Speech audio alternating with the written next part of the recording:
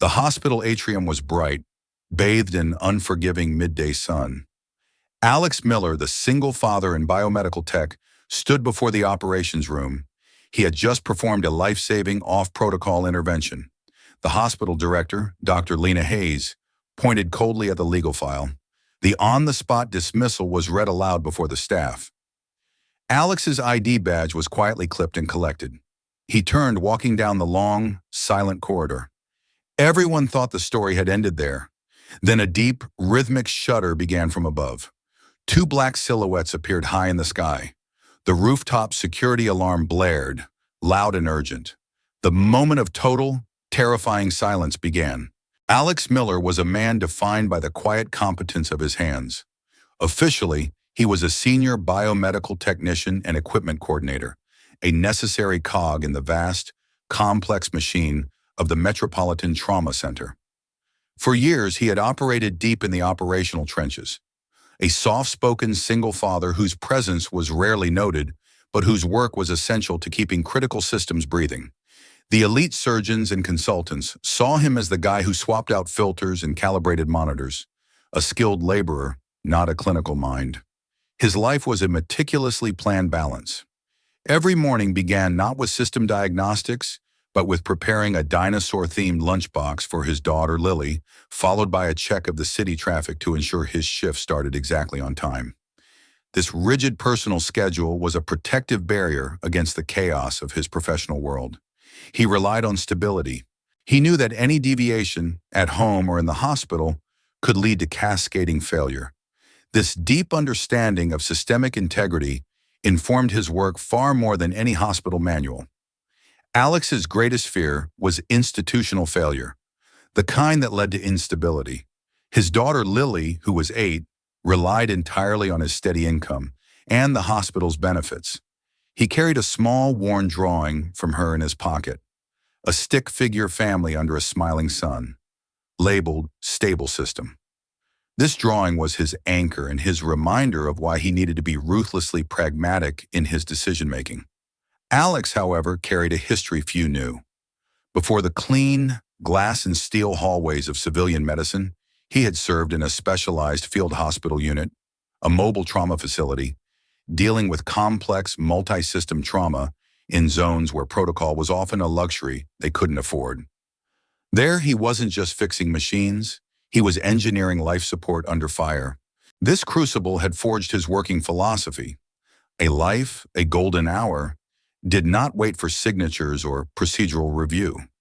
He had mastered the art of adaptive intervention, using specialized, non-standard configurations to keep patients alive when official equipment failed or was too slow. He carried a battered, old military medical notebook, a physical artifact of his past, filled with field-tested, non-standard procedures that prioritized immediate life stabilization over documentation compliance. This book contained diagrams for what he called ghost loops, configurations that the original ECMO machine developers intended, but which were removed from civilian manuals due to liability concerns. This was his secret knowledge, his true professional ID. In sharp contrast stood Dr. Lena Hayes, the CEO and director of hospital operations. Hayes was brilliant, a driven administrator with a laser focus on optimization, but her leadership was fiercely governed by the legal and regulatory framework. Her obsession was risk management, particularly avoiding any scandal or malpractice claim that could damage the hospital's carefully cultivated image. The hospital was under intense regulatory review and battling aggressive media scrutiny regarding efficiency metrics. Every file needed to be immaculate, every procedure traceable, every decision defensible in a court of law. Dr. Hayes was not merely paranoid, she was strategically terrified. A Joint Commission accreditation audit was scheduled for the following week, an event that could lead to millions in funding cuts if a single, high-risk procedural deviation was found in their logs. Her assistant, Marcus, had warned her privately, "We can absorb a patient death, doctor, provided the paperwork is perfect. We cannot absorb a protocol break. The insurance liability is too high." This was the cold, unyielding calculus that led to Alex's summary execution. The near-fatal case Alex had just intervened in demanded a complete break from the established civilian protocol. The patient, arriving with a rare vascular emergency, required a bypass configuration on the ECMO machine that, according to the standard operating manual, was strictly forbidden. The civilian protocol required a 10-minute verification sequence across 3 different consultants before the configuration could be changed. A 10-minute death sentence for this specific trauma. Alex's field hospital experience told him the manual was dangerously slow in this specific high-stress scenario. He executed the non-standard loop, the Phoenix initiation, in 30 seconds flat, bypassing the mandated 10-minute confirmation process. The patient lived. The outcome was a triumph of skill and speed, demonstrating a level of technical mastery that bypassed every credentialed engineer in the building. But the file, Dr. Hayes argued, was contaminated. It bore the stain of unauthorized, undocumented action, a liability nightmare that threatened the hospital's hard-won regulatory status. Dr. Hayes stood with chilling composure as she made her ruling. Mr. Miller, your performance was clinically successful, but procedurally catastrophic. This hospital cannot and will not tolerate unilateral action that compromises our legal standing. The moment a patient is saved outside the bounds of our approved protocol, the legal risk becomes intolerable. She emphasized the stakes, her voice cold and absolute. Our accreditation, our reputation, our ability to serve millions, all of it is predicated on compliance. You put all of that at risk for one patient. We are closing the file immediately. This must be a clean break. The public dismissal was a performance, a clean, sharp execution designed to send a non-negotiable message to the staff. The system, the legal framework, was more important than the individual lifesaver. When Alex handed over his badge, he didn't argue. He gave her a long, silent look of professional disappointment. He knew he had traded his job for that patient's life, and he would make that trade every single time. As he walked away, a sense of heavy finality settled over the entire staff. They believed the legal department had won, and the file was closed. The silence in the atrium was crushing. In the intensive care unit, the momentary stability achieved by Alex's quick intervention was starting to unravel. The patient, designated priority alpha due to the unique nature of the trauma, began to rapidly decline. The complexity of the condition required specialized equipment configuration that was far beyond the scope of the standard civilian manuals. The ECMO system, running Alex's improvised Phoenix loop, was now demanding a secondary input sequence, a sequence that the hospital's current rotation of highly credentialed civil technicians simply did not recognize. The lead ECMO technician, Sarah, stared at the console, her panic growing with every passing second. The system is demanding a parameter change in the oxygenator flow. It keeps cycling the error message. J-sequence bypass required. What is that? I've never seen a J-sequence in any manual. Is it a coding error? Sarah tried a manual bypass using the documented Delta 7 sequence. The machine rejected it violently, triggering a fluid pressure spike and an immediate hardware mismatch warning. The fluid lines pulsed dangerously. Dr. Reynolds slammed his fist on the counter. It's asking for a configuration that doesn't exist, Sarah. We're running out of viable oxygen saturation. This is the most complex ECMO failure I've ever seen. The team members exchanged desperate looks, recognizing that their collective, state-of-the-art knowledge was useless against the machine's stubborn, coded requirement. They were fighting a ghost in the machine, and the ghost was winning. The civilian team, smart and talented, were utterly stuck. They were trying to force a textbook solution onto a field-level problem. Their knowledge was comprehensive but ultimately narrow, bound by the sterile parameters of civilian compliance. They were staring at an error that had been deliberately obscured by their own standardized training. The irony was devastating. They had condemned the only person who understood the machine's full vocabulary. Meanwhile, Alex was halfway down the corridor, collecting his few personal items from his locker, a photo of Lily, his field notebook, a thermos. The moment of his dismissal had passed, replaced by the mundane, quiet reality of unemployment. He felt the professional injustice keenly, but the peace of mind knowing the patient was alive outweighed the sting. Suddenly, 2 seismic events converged, tearing the hospital's controlled environment apart. First, a secure, classified satellite phone, a heavy encrypted device reserved exclusively for the director's use, rang with a harsh, insistent tone. Dr. Hayes answered, her face draining of color as she listened to the rapid, technical briefing from the other end. The voice was cold, authoritative, and completely ignored her attempts at administrative clarification. She realized she was talking to command, not administration. Simultaneously, the hospital's security coordinator, a veteran ex-Marine named Frank, burst into the ICU, his face grim. "Director Hayes, we have an emergency lockdown order from the FANE and NORAD. Two unidentified military aircraft are requesting immediate, overriding access to the rooftop pad. They are overriding civilian air traffic control and demanding immediate compliance. They've initiated the hasty landing protocol, hot approach, short turn, immediate yield. They are landing now." A cold dread spread through the room. The crisis had just escalated from an internal legal matter to a multi-agency, potentially classified operation. The patient was no longer just a patient. They were a national asset. Dr. Hayes immediately issued a stay-in-place command, freezing all non-essential movement, but the staff were already looking up towards the deafening sound. The roar was no longer just an alarm. It was a physical, shaking presence. The ceiling lights rattled in their fixtures.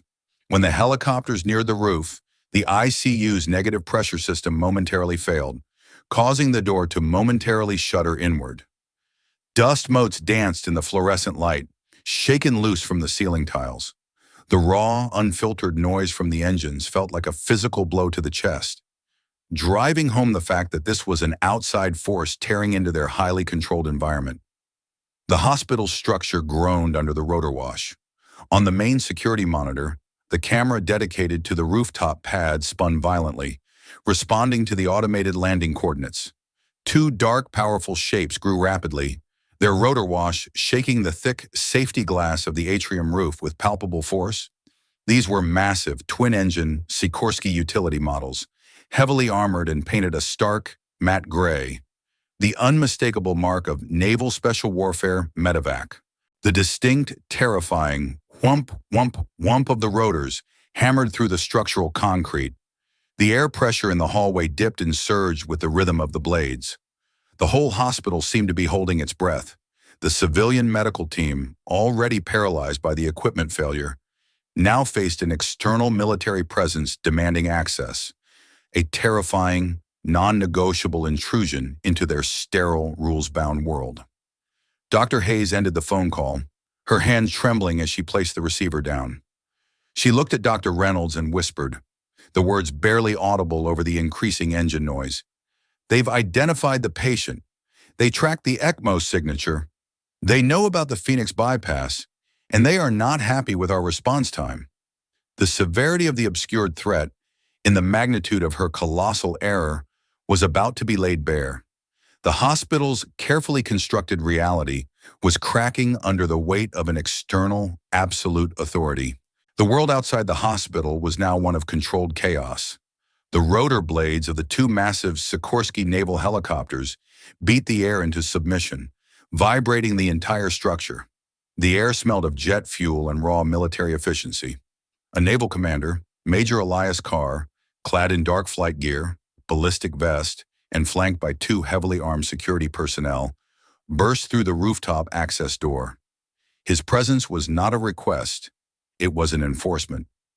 Major Carr stood before Dr. Hayes, his voice sharp, trained to be heard over engine noise, and absolutely non-negotiable. He held up a secured tablet displaying the patient's real-time vital stats overlaid with military telemetry. "We are Naval Medevac, Priority Alpha Response, Tier 3 Mission Profile. Our intelligence indicates this patient is exhibiting complex neurological and vascular trauma consistent with a highly specific field incident.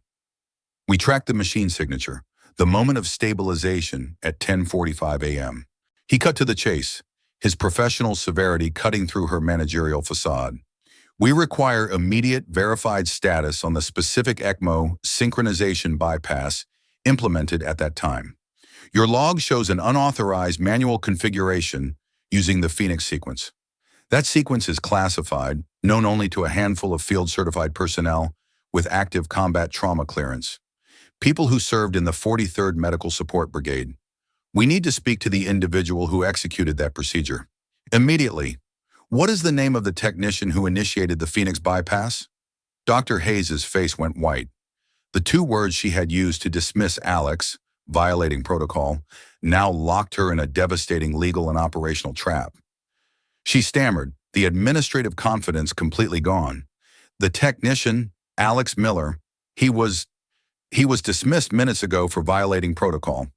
He used an undocumented procedure. Major Carr slowly lowered his tablet and stared at her. His silence was colder, heavier, and far more terrifying than the CEO's previous outburst. He stepped closer, his shadow falling over her polished shoes. You are telling me you just fired the only man in this building capable of managing this patient's next critical stabilization phase? The man who saved this individual's life by implementing a classified protocol your civilian registry doesn't even recognize? Do you understand the severity of this catastrophic failure of judgment, doctor? That technician bought you time, and you squandered it for the sake of a checklist. Major Carr pointed back to the patient's failing stats on the main monitor. Dr. Hayes, your patient is crashing because the civilian configuration is fighting the field bypass. We have confirmed the initial trauma aligns precisely with a Tier 3 field hospital emergency standard, the J-sequence bypass that your team can't locate. It's the second non-optional step of the Phoenix protocol, designed for this exact vascular failure. The error on your screen is the system asking for the next move, which is undocumented in your facility. If that secondary configuration is not implemented in the next 90 seconds, the patient is compromised. This is a life or death scenario, and your adherence to bureaucracy just crippled your response. Major Carr explained the critical technical gap to the stunned civilian team. The Phoenix protocol is a countermeasure for iatrogenic damage caused by the resuscitation itself. It was developed after a series of field injuries where standard protocols failed. It requires a specific hardware modification, a minor physical reroute of the flow lines, before the J-sequence can be input. That modification is not documented in civilian manuals because it voids the warranty and is deemed too aggressive for general use. The machine won't accept the code without the physical change. This explained why the civilian team couldn't just type in the code. They were trying to fix a software problem without addressing the physical layer. He didn't ask. He commanded the room and her security personnel. Find Alex Miller. Now. Get him to this unit. He has field clearance that supersedes your administrative firing. His authorization is now under the authority of the United States Navy for this mission. He is the only operational lead on this floor.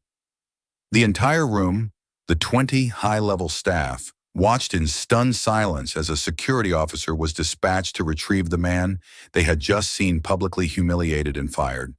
The humiliation was total, and it was entirely directed at the managerial floor.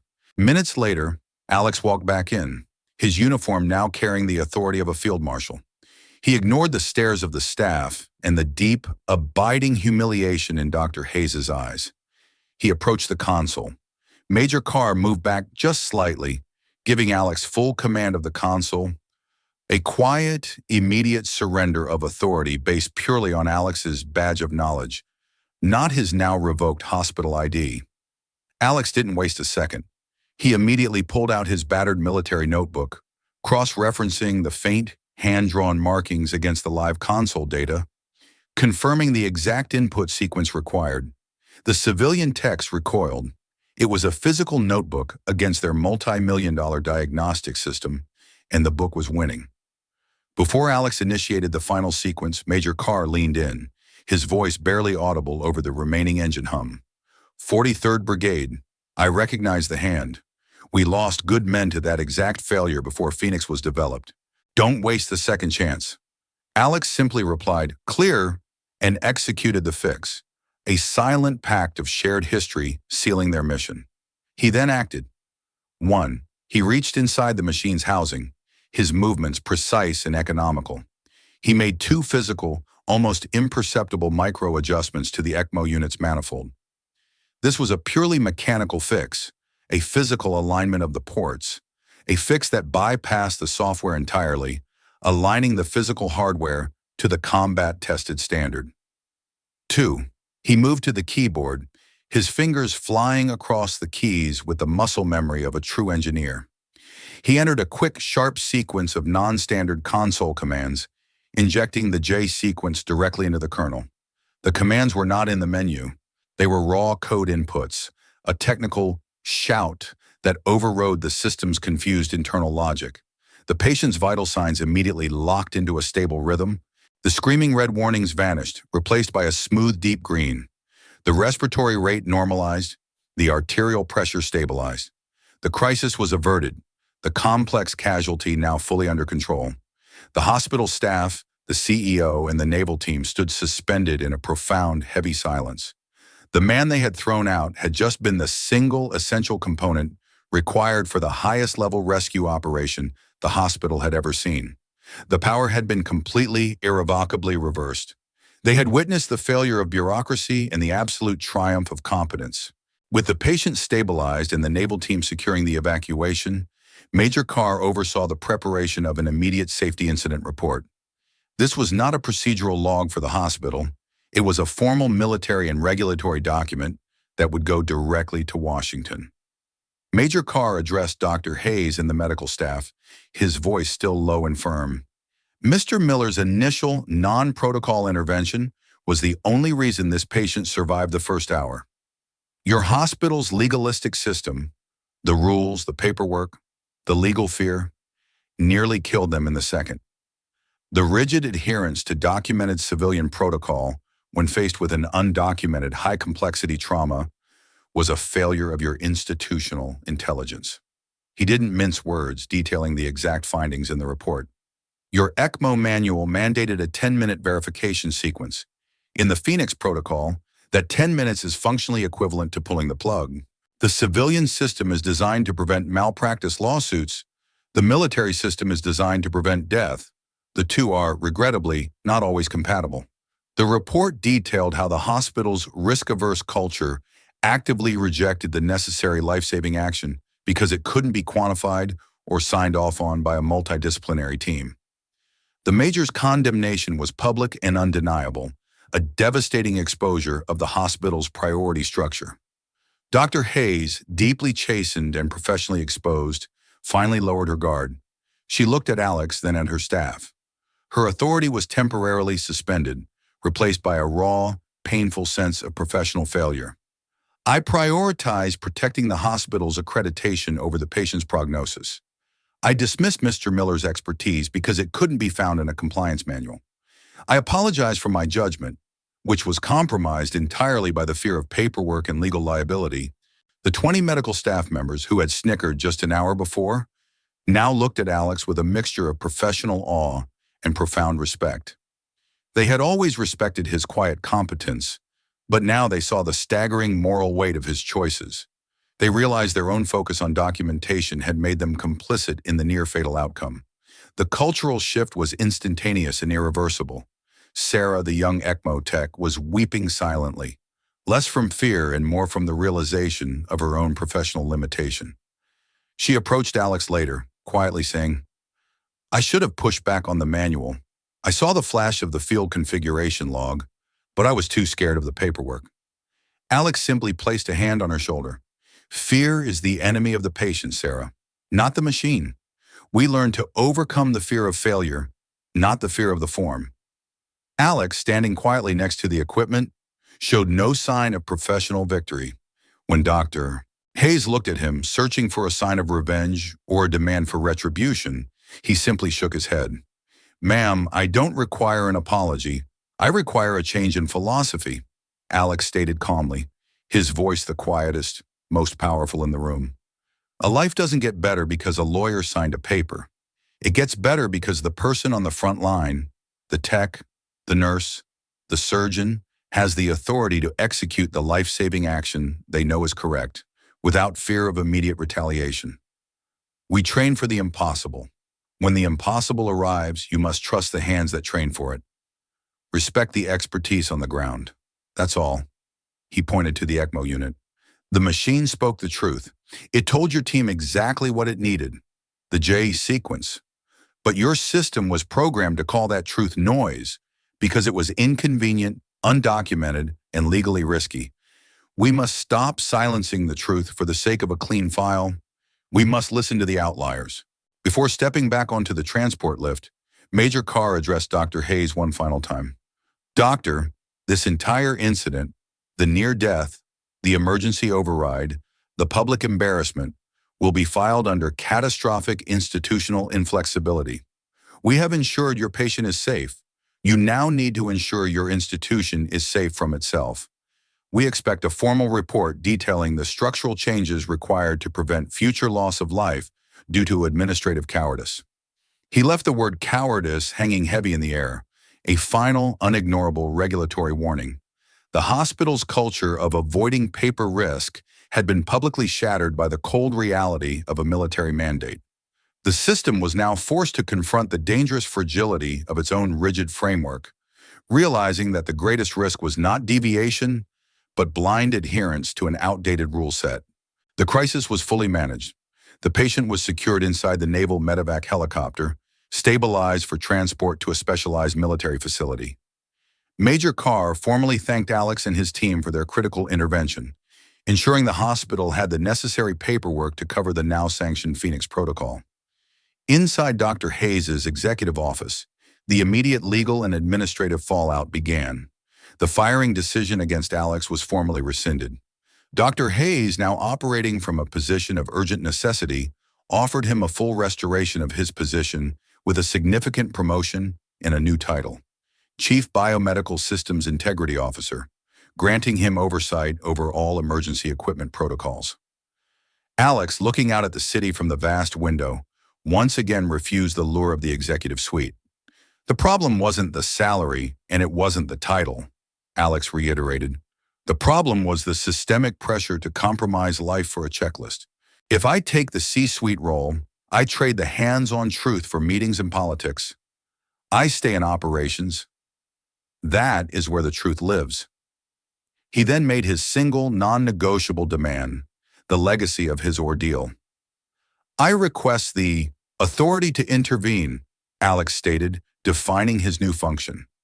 If I or any technician on my team identifies a life-critical situation where documented protocol is demonstrably failing or dangerously slow, we need the unconditional power to execute a field-validated, life-saving measure immediately. No consultation, no vote, no waiting for a quorum. My signature, or the signature of my designated lead, stands as the final medical and legal authority in that specific emergency context. Dr. Hayes and the board, having just witnessed the catastrophic cost of their previous rigidity, approved the new bylaw instantly. It was a complete inversion of the hospital's former bureaucratic structure. Alex Miller, the single father and former field technician, had secured a permanent, systemic check against administrative hubris, ensuring that expertise would always trump paperwork. The two naval helicopters lifted off the roof, their sound receding into the city noise, taking the patient to a facility equipped for high-tier trauma. The hospital below returned to its rhythm, but the rules had fundamentally changed. A new emergency protocol was signed that afternoon, officially creating the Miller Clause, a systemic guarantee that in life or death moments, frontline expertise superseded organizational risk management. No one in the hospital ever again referred to a necessary, quick, life-saving deviation as undocumented or unauthorized. They called it the Miller Intervention. The technician's quiet authority had permanently reformed the institution. The dismissal that was meant to be the end of Alex Miller's story had, in fact, been the powerful, dramatic beginning of a necessary revolution in the way they valued integrity over paperwork. If you believe stories like this deserve to be told, leave a comment and subscribe to TT Healing Tales. We tell the stories that shouldn't be forgotten.